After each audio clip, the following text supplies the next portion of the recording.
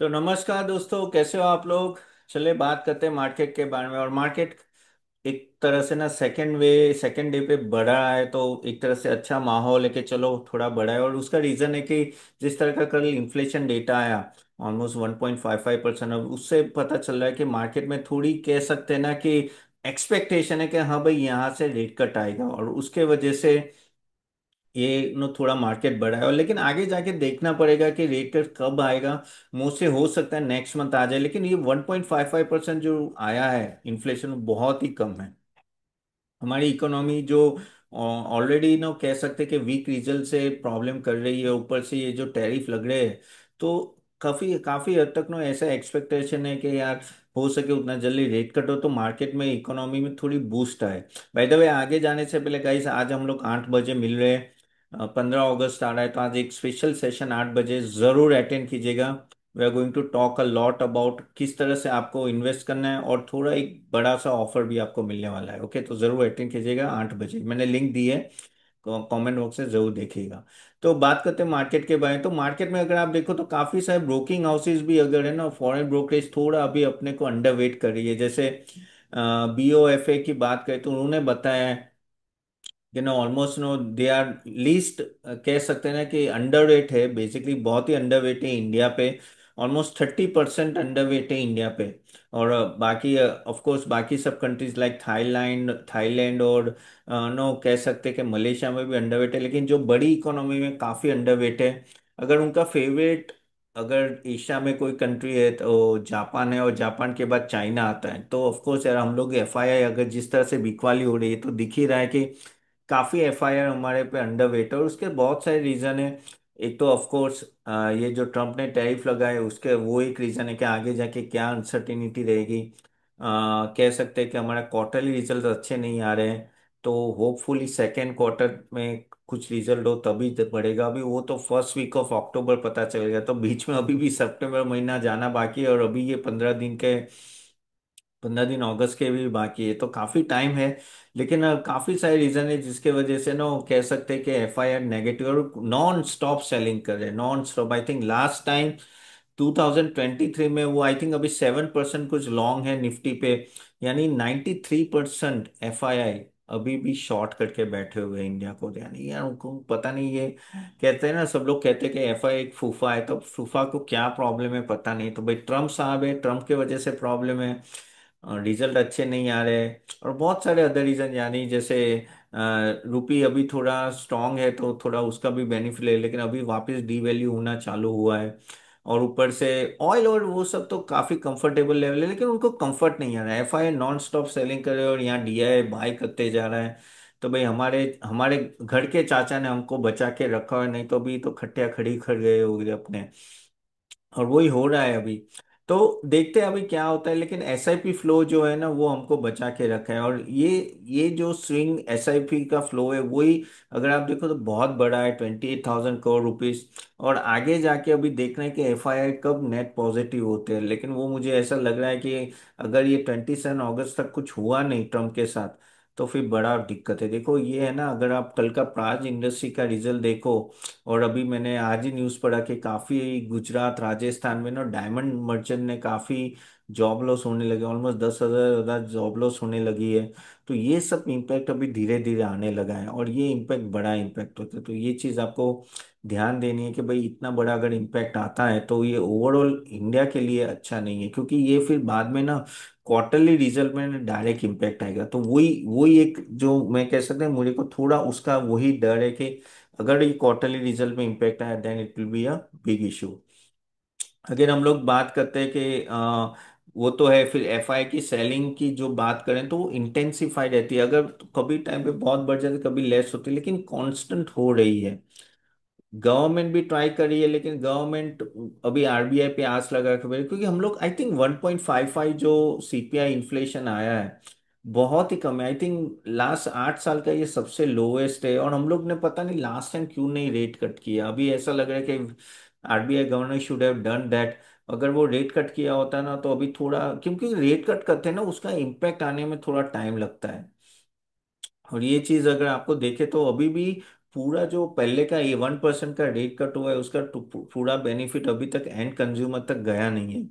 तो 1.5 8 ईयर लो है, ऊपर से वो बोल रहे हैं कि भाई 25 26 में अगर सीपीआई वो ऑलमोस्ट 2.7% होगा। अभी ये पता नहीं चला, ये बोल रहे 2.7%, और आरबीआई गवर्नर बोल रहे थे कि नेक्स्ट ईयर तक वो 4.9% चला जाएगा। तो काफी हद तक कह सकते हैं कि आरबीआई का एस्टिमेट इन्फ्लेशन का ज्यादा है और इकोनॉमिक्स का कम है। यहाँ जो वो 2.7 बोले तो आरबीआई 3.1% बोले, बट उनकी वो खुद की कैलकुलेशन होगी एंड ऑल दैट। लेकिन जब जब मैंडेट है आरबीआई के पास कि 4% और नो कह सकते हैं 6% के बीच में इन्फ्लेशन होना चाहिए, सॉरी 2 to 4% के बीच में इन्फ्लेशन है, तो वो वेल बिलो है, तो हम लोग रेट कट क्यों नहीं कर सकते? आई थिंक करना चाहिए, क्योंकि क्या बहुत सारे इम्पैक्ट है। एक तो ये देखो, ये जो जिस तरह से टैरिफ का मामला चल रहा है, ये हमारे फूफा जी ट्रम्प साहब जिस तरह से टैरिफ लगा रहे हैं लेफ्ट राइट सेंटर, तो उसका इम्पैक्ट अच्छा खासा आएगा। काफी सारी इंडस्ट्री को प्रॉब्लम होगा और रिवाइवल होने में टाइम लगता है, और जैसे मैंने बोला रेट कट होने के बाद नीचे तक जाने में भी टाइम लगता है। पीछे बार उन्होंने बहुत ही अच्छी तरह से प्रोएक्टिव के 50 बेसिस पॉइंट कट किए। आई थिंक उनको करना पड़ेगा, क्योंकि ये देखो जेम्स एंड ज्वेलरी में ऑलरेडी इम्पैक्ट आया, जैसे मैंने गुजरात और राजस्थान का सीन बताया, आपको टेक्सटाइल में इम्पैक्ट दिखेगा। कल मैंने प्राज इंडस्ट्री की भी बात करी, वहां भी आपने देखा कि इम्पैक्ट आ रहा है। और अगर बाकी सब में केमिकल से लेके नो ऑटो से सब जगह इम्पैक्ट आएगा। तो आई थिंक इनको कुछ ना कुछ जल्दी करना चाहिए सरकार को, नहीं तो थोड़ा ऐसा ना जाए भाई डिफ्लेशन का। अब देखो वो बहुत दूर है डिफ्लेशन में, सिर्फ नाम बोले तो घबरा मजा आएगा भाई तपन क्या बोल रहा है, डिफ्लेशन की बातें कर रहा है, लेकिन डिफ्लेशन नहीं होगा। लेकिन हाँ, जिस तरह से जा रहे हैं तो वो साइंस अच्छे नहीं है। ओके, और जिस तरह से अगर आप देखो तो थोड़ा एक्सेलरेशन फूड और इसके प्राइसिंग में हो गया, क्योंकि अभी मॉनसून थोड़ा धीरा हुआ है। लेकिन सही में बोलूं, आई थिंक रेट कट जितना जल्दी हो तो अच्छा है, और गवर्नमेंट भी ये चाहती है। लेट्स होप कि आरबीआई गवर्नर जल्दी करे। दूसरी एक खबर आई कि भाई एलआईसी का स्टेक सेल हो रहा है 2 से 2.5 से 3% का ऑलमोस्ट। अगर आप बात करें तो 14,000 से 17,000 करोड़ का स्टेक सेल होगा, तो वहां से भाई गवर्नमेंट की कमाई होगी। और गवर्नमेंट ही तो है जो एलआईसी को होल्ड करता है। और वो रोड शो करने वाले 2 वीक तक रोड शो करेंगे अगस्त महीने से। और आई थिंक लेट्स सी कि किस तरह से जाता है। लेकिन हाँ, गवर्नमेंट होल्डिंग बहुत बड़ी होल्डिंग है उसमें। और डेडलाइन है ऑलमोस्ट 10 मई का 2027 तक। लेकिन तब तक तो वो धीरे धीरे करके काफी हद तक करेंगे। लेकिन देखो जो डिस्काउंट प्राइस में होगा कि नहीं, लेकिन आज एलआईसी का स्टॉक आई थिंक पिट गया था, वो नीचे आया था। और ओएफएस होता है ना, यानी लिक्विडिटी मार्केट में आती है, तो और प्रॉब्लम हो जाता है। अगर आप देखो तो ऑलमोस्ट 3.5% वो आज गिरा था। तो यही दिक्कत होती है। और ये सब स्टॉक्स में वही है कि ऑफ कोर्स अब आप बोलोगे तपन एलआईसी तो बहुत सस्ता है, 100% सस्ता है। अगर आप एचडीएफसी लाइफ आईसीआईसीआई लाइफ उन सब के साथ कंपेयर करो तो एलआईसी बहुत सस्ता है। लेकिन वही है कि यार वो कहते हैं ना कि उसमें लोगों का इंटरेस्ट नहीं है। अब अगर जब लोगों का इंटरेस्ट नहीं होता ना, वैसे स्टॉक कम चलते हैं। ठीक है, और ये चीज आपको ध्यान में रखनी है। बाय द वे, हमारे जितने मेंबर्स है पोर्टफोलियो बिल्डर के ना गाइज, हमने एक स्मॉल कैप का रिकमेंडेशन दिया था परसों, तो होप आपने वो देख लिया होगा। और कुछ और रिकमेंडेशंस भी आ रहे हैं, डोंट वेट, वेट कीजिए जरा। और हमारा एक नया मॉडल पोर्टफोलियो लॉन्च करे, और एसएमई का एसएमई आईपीओ का भी हम लोग अभी कह सकते हैं वर्डिट स्टार्ट करने वाले हैं। तो जरूर देखते रहना स्पेस। और आज का सेशन अटेंड करना है हमारे मेंबर्स को कर सकते हैं, और जो नए हैं वो भी कीजिएगा guys, it will be very very informative. और प्लस जैसे बोले 15 अगस्त है तो कुछ स्पेशल होगा आज। Again guys, so L I C का देखते हैं अभी स्टेक सेल कैसा होता है, क्या होता है आगे जाके। और अगर आप बात करो कि जिस तरह से अभी मार्केट है, मार्केट बहुत ठंडा है, खास करके ऑप्शंस एंड उन सब में ना वॉल्यूम ड्राई अप हो रहे हैं। और वो वॉल्यूम ड्राई अप हो रहे हैं ना, उसका इम्पेक्ट अभी ब्रोकिंग बिजनेस पे भी आ रहा है। ऑलमोस्ट 6 लाख क्लाइंट्स जुलाई में ब्रोकिंग बिजनेस में लूज किए हुए हैं। खास करके एफएनओ के जो चेंजेस आए ना, इसलिए खास करके ग्रो, जरोदा, एंजल वन, अब स्टॉक मिला के 6 लाख अकाउंट जुलाई में चले गए हैं। और ये तीसरा मंथ है कि जब अकाउंट्स कम हो गए। क्या होता है कि जब यही होता है कि यही मार्केट है, यही तेजी मंदी चलती रहती है, तो इनके भी अकाउंट्स ऊपर नीचे चलते रहते हैं। लेकिन आगे जाके आई थिंक सेबी काफी हद तक टाइट कर रहा है ये सब। और वो रूल्स, और पहले 24 से टाइट कर, सेबी को पड़ी नहीं, सेबी को पता है कि यहाँ आगे जाके बहुत लोग ट्रेड करने वाले हैं, मार्केट बहुत ही कम है। कल ही मैं जियो का म्यूचुअल फंड के एमडी के बात मैं सुन रहा था, जो ब्लैक रॉक के साथ एसोसिएटेड है, वो बोला कि यार सिर्फ 6% सेविंग म्यूचुअल फंड में इन्वेस्टेड है। आप देखो ना, तो यूएस में 150% सेविंग है, और अगर हम लोग बात करें तो यूरोप में 80% सेविंग वहाँ इन्वेस्ट की। तो हम लोग तो बोले we are just scratching the surface. अब जब वो ऐसा बोलते हैं, यानी मतलब कितना बड़ा स्कोप है म्यूचुअल फंड इंडस्ट्री का, आप सोच नहीं सकते इतना बड़ा स्कोप है, और आगे जाके भी लोग काफी इन्वेस्ट करेंगे। तो ऐसे में, ऐसे माहौल में ना आपको एक चीज समझनी चाहिए कि ये सब बिजनेसेस बड़े होंगे, लेकिन एक बात समझे, वो क्या बोले कि हम लोग फिनटेक की तरह जाएंगे, यानी टेक्नोलॉजी एआई का बहुत यूज करेंगे, यानी और सस्ता होगा और डायरेक्ट एक्सेसिबल होगा और वो सब होगा, तो वो उस तरह से अच्छा है। और एआई का भी काफी हद तक वो लोग फंड मैनेजमेंट में भी यूज करेंगे, तो बहुत सारी चीजें होने वाली है। और अगर हम लोग वैसे ब्रोकिंग बिजनेस में भी एआई का बड़ा रोल आएगा। कल ही मैं ये निखिल का जो इनके साथ इंटरव्यू था, क्या नाम मैं भूल गया, गूगल के जो सीईओ थे पहले, सॉरी मैं नाम भूल गया, लेकिन वही बोल रहे थे कि ना आगे जाके एआई का बहुत बड़ा रोल आने वाला है। ये जो सर्विस इंडस्ट्री है ना, पूरी चेंज होने वाली है।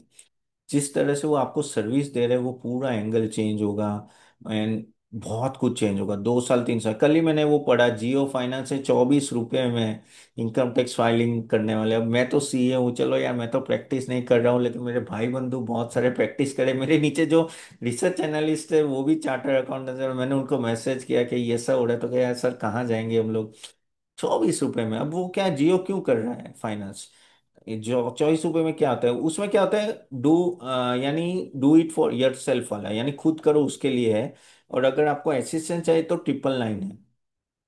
लेकिन 24 रुपए में अगर आप डू इट योरसेल्फ करते हो तो उनको फायदा क्या, उनको मिलता है डेटा। डेटा, वो भाई अपने बड़े भैया ने बोला है ना भाई, data is new gold, data is new oil. तो भाई ये डेटा के पीछे पड़े हुए हैं जियो फाइनेंस वाले। और सेम जियो म्यूचुअल फंड के फंड मैनेजर ने बोला कि जो जियो मार्ट का डेटा है, जो जियो टेलीकॉम का डेटा है, वो डेटा उनको बहुत ही यूज, आई थिंक 40 करोड़ से ज्यादा का उनके पास डेटा होगा।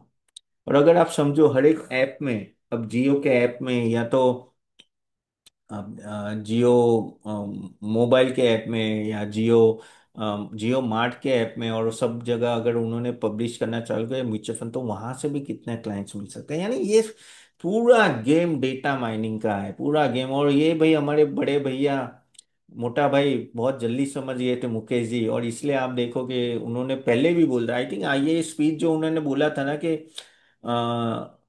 Data is a new oil, I think 4 5 साल पहले बोला था, तब से वो पीछे पड़े, और वो आगे जाके ये जो डेटाबेस होता है ना, वही आपको बिजनेस लाता है, वो यूज करने वाले। ये टेलीकॉम, एयरटेल और जियो दोनों के पास इतना डेटा है ना, which is helping them to gain the business.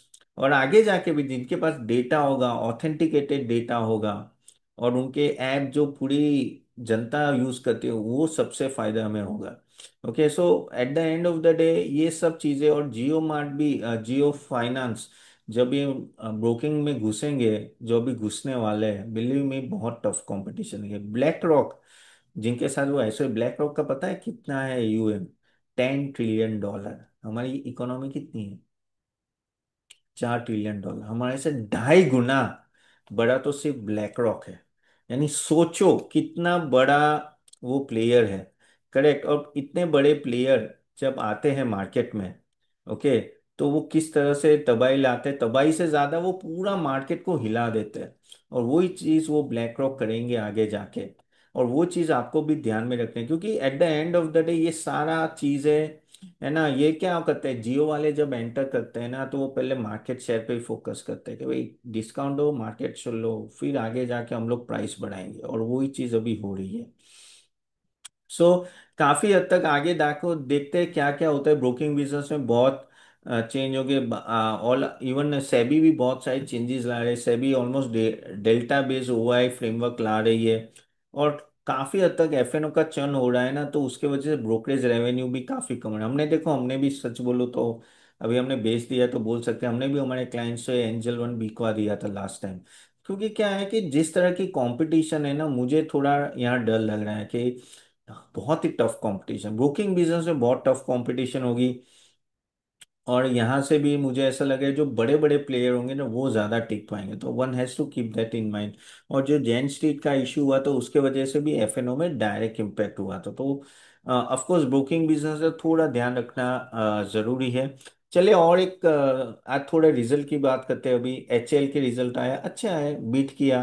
और स्ट्रीट ने जो जितना एस्टिमेट था उससे अच्छा ही आया। ओवरऑल अगर आप देखो ना तो year on year PAT growth भी ठीक ठाक ही आया। इबिटा में 30% बढ़ा है, और मार्जिन अगर आप देखो तो बहुत बड़ा है, ऑलमोस्ट 4% से मार्जिन बढ़ा है। उसके वजह से एक कह सकते हैं पॉजिटिव है। देखो, इनके पास ऑर्डर की कोई कमी नहीं है, लेकिन इनके पास वो है कि क्या वो कैपेसिटी बढ़ा के ऑर्डर सफाइस कर सकते हैं। वो ही सबसे बड़ी चीज़ है। अगर आप देखो मार्जिन सरप्राइज बहुत ही बड़ा सरप्राइज था। और आज काफी बड़ा ऑर्डर बुक है, तो वो प्रॉब्लम नहीं है। और जी इंजन का उनका जो इशू चल रहा था वो रैंप अप हो रहा है। और अभी आगे जाके आई थिंक काफी हद तक ये तेजस है या नो हेलीकॉप्टर, उनमें आई थिंक ठीक ठाक रहेगा। तो वो उस तरह से आपको देखना पड़ेगा। इस डिफेंस स्टॉक्स देखो ना तो उनके एग्जीक्यूशन पे फोकस करो, क्या ये मार्जिन पे मार्जिन बढ़ा सकते हैं कि नहीं। क्योंकि ऑर्डर जैसे मैंने बोला, वो ऑर्डर्स तो आते लेंगे, लेकिन क्या इनके पास वो टेक्नोलॉजी है, क्या इस तरह का कह सकते हैं कि ऑपरेशन कंट्रोल करने के मैट्रिक्स है, यानी are they are able to control the operation cost और नॉट, और वो सब बहुत ही रहेगा। तो एचएल उस तरह से ठीक ठाक ही रहा। और ऑफ कोर्स स्टॉक तेजी में अभी अच्छा गाइस, यहाँ कोई रेकमेंडेशन नहीं है गाइस, मैं जस्ट आपको रिजल्ट बता रहा हूँ। Don't take it as a stock advice, please खुद का रिसर्च करके इन्वेस्ट कीजिएगा गाइस। हमें बार बार बोलना पड़ता है, नहीं तो भाई आगे जाके प्रॉब्लम हो जाती है। दूसरा एक रिजल्ट की बात करते हैं। हाँ, हम लोग देते हैं तो हमारे पोर्टफोलियो बिल्डर सर्विस में ही देते हैं, जो हम लोग ने ऑलरेडी www.ca पे लिस्ट किया हुआ है। पेटीएम की बात करें, पेटीएम को भाई प्रिंसिपल अप्रूवल मिल गया है पेटीएम पेमेंट सर्विस का। और पेटीएम आज भागा था, अच्छा खासा भागा। पेटीएम सही में बहुत ही अच्छी तरह से कह सकते हैं कि दाव खेल रहा है अभी। और जब से वॉरेन बफेट ने बेचा है भाई, तब से ये तेजी पकड़ के रखा हुआ है, ये सही में बहुत ही तेजी पकड़ के रखा है। 340 रुपए का आज वो 1100 के ऊपर चला गया है, ऑलमोस्ट 3 गुना हो गया एक साल में। मई 24 की बात है, जब वो 340 रुपये नीचे गिरा था, और आज देखो वो कहाँ पहुंच गया। तो वो क्या दिखाता है, वो दिखाता है कि भाई नो, जब आपका सब दाव सही होने लगे और जो विजय शंकर ने सब दाव सही करने लगे, आई थिंक उस तरह से बहुत ही अच्छे। ऑफ कोर्स वो अभी भी अपना जो टॉप था 1700 रुपये का जब आईपीओ था, वो तो अभी पहुंचा नहीं है, देखते हैं कब पहुंचते हैं। और इस चीज को भी 5 साल हो गए। लेकिन यस, काफी अच्छी तरह से ना आई थिंक मुझे भी वो ठीक ठाक ही लग रहा है, क्योंकि इनको काफी अभी जो लाइसेंस अभी मिले, और ये भी एक बड़ा पेमेंट लाइसेंस मिला इनको, तो उसके वजह से भी इनको फायदा। 6% बढ़ा था, फिर आई थिंक 3% के आसपास नीचे आ गया। लेकिन ओवरऑल नो साइबर सिक्योरिटी और नो बेसिक कॉम्प्रिहेंसिव सिस्टम है, तो वो सब में उनको थोड़ा सबमिशन करना पड़ेगा लाइसेंस फाइनल के लिए। लेकिन I think eight the and ये जो मर्चेंट फनल ओपन हुआ है ना, उससे उनको पेमेंट प्लस लैंडिंग का दोनों फायदा हो सकता है। So always keep this in mind. तो अगेन दूसरे एक स्टॉक की बात करते हैं, अपोलो हॉस्पिटल। उसका भी रिजल्ट अच्छा आया, प्रॉफिट ग्रोथ 42% से ग्रो किया। इवन स्टॉक भी आज अच्छा खासा ऊपर रहा था। और ये अगर आप देखो अपोलो, मैंने पिछली बार भी काफी टाइम डिस्कस किया कि हॉस्पिटल्स में एक तरह की तेजी दिख रही है। उनके एवरेज रेवेन्यू पर रूम भी अगर आप देखो ना तो डबल डिजिट में ग्रो हो रहे हैं। और इस तरह से ना हेल्थ कंपनीज के इंश्योरेंस चल रहे हैं। ओके, और इंश्योरेंस बढ़ रहा है, हेल्थ इंश्योरेंस। उसके वजह से क्या हो रहा है कि जो बड़े बड़े प्लेयर्स होते हैं लोग, वो हॉस्पिटल में जाना ज़्यादा चाहते हैं। अगर plus no capacity addition plan होते हैं ऑलमोस्ट, यहाँ भी देखो तो 4300 प्लस बेड कुछ ऐड करने वाले हैं। कैपेक्स भी अगर 7600 करोड़ का है, तो ये सभी जैसे कोई भी आप हॉस्पिटल्स ले लो, मैक्स हेल्थ के ले लो, सभी बहुत ही बड़ी तरह से वो एक्सपेंशन कर रहे हैं। और उसके वजह से इनको डायरेक्ट फायदा होता है।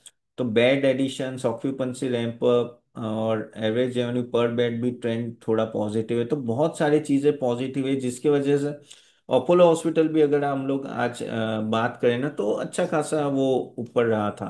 ओके, ऑलमोस्ट 8% वो ऊपर आया, तो वो ऑल टाइम हाई ऑलमोस्ट आज वापस टच किया, और ये दिखा रहा है कि काफी अच्छा ग्रोथ है। और प्लस वो आगे जाके वो ना उनका फार्मेसी बिजनेस भी चेंज अलग कर रहे हैं, तो उसका भी उनको फायदा होगा, क्योंकि उसमें वैल्यू अनलॉकिंग हो सकता है। और एक स्टॉक लेते हैं तो वो है सुजलॉन। सुजलॉन की बात करें तो सुजलॉन का थोड़ा रिजल्ट वीक आया, और सुजलॉन आई थिंक आज गिरा था थोड़ा 3-4%, if I am not wrong. लेकिन उनके सीएफओ ने 4% गिरा था, तो उनके सीएफओ ने पर रेजिग्नेशन दिया है। और जो रेवेन्यू बढ़ा है, रेवेन्यू अगर आप देखो तो ऑलमोस्ट 55% बढ़ा है, पैट ऑलमोस्ट 7% बढ़ा है, लेकिन एस्टिमेट से कम था। ओके, और सीएफओ जो हिमांशु रॉय है, हिमांशु मोदी सॉरी, उन्होंने रेजिग्नेशन दिया है। तो eight the end of the day अगर आप देखो तो ये सब चलता रहता है, लेकिन आई थिंक मैनेजमेंट नया ट्रांजिशन रिस्क है सीएफओ का, लेकिन आई थिंक कुछ ना कुछ सोचा होगा। लेकिन एट द मुझे ऐसा लग रहा है कि तो भी सुजलॉन, और अगर आप आइनॉक्स देखो ना, वो वेल प्लेस है कंपेयर टू अगर आप और अदर रिन्यूएबल स्टॉक्स की बात करें तो सोलर एंड ऑल दैट, क्योंकि वहाँ एक तरह से ना काफी हद तक कह सकते हैं कि वो ये आ रहा है कि no NP and all that दिख रहा है, यहाँ इतना दिख रहा है, प्लस वहाँ सप्लाई बहुत बढ़ गया है। जबकि सुजलॉन ने उस सब में इतना सप्लाई नहीं है, विंड एनर्जी में बहुत कम प्लेयर है, तो उस तरह से देखना चाहिए। लेकिन ठीक ठाक है स्टॉक, बहुत ही अच्छा उन्होंने रिकवरी की थी।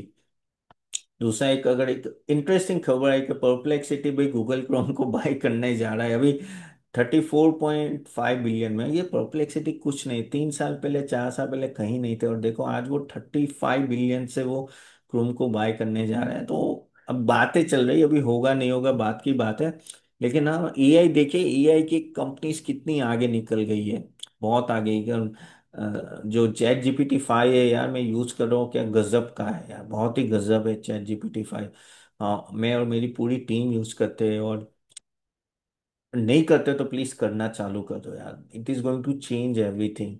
AI is going to change our world like anything, और जो एडप्ट करेगा वही आगे बढ़ेगा।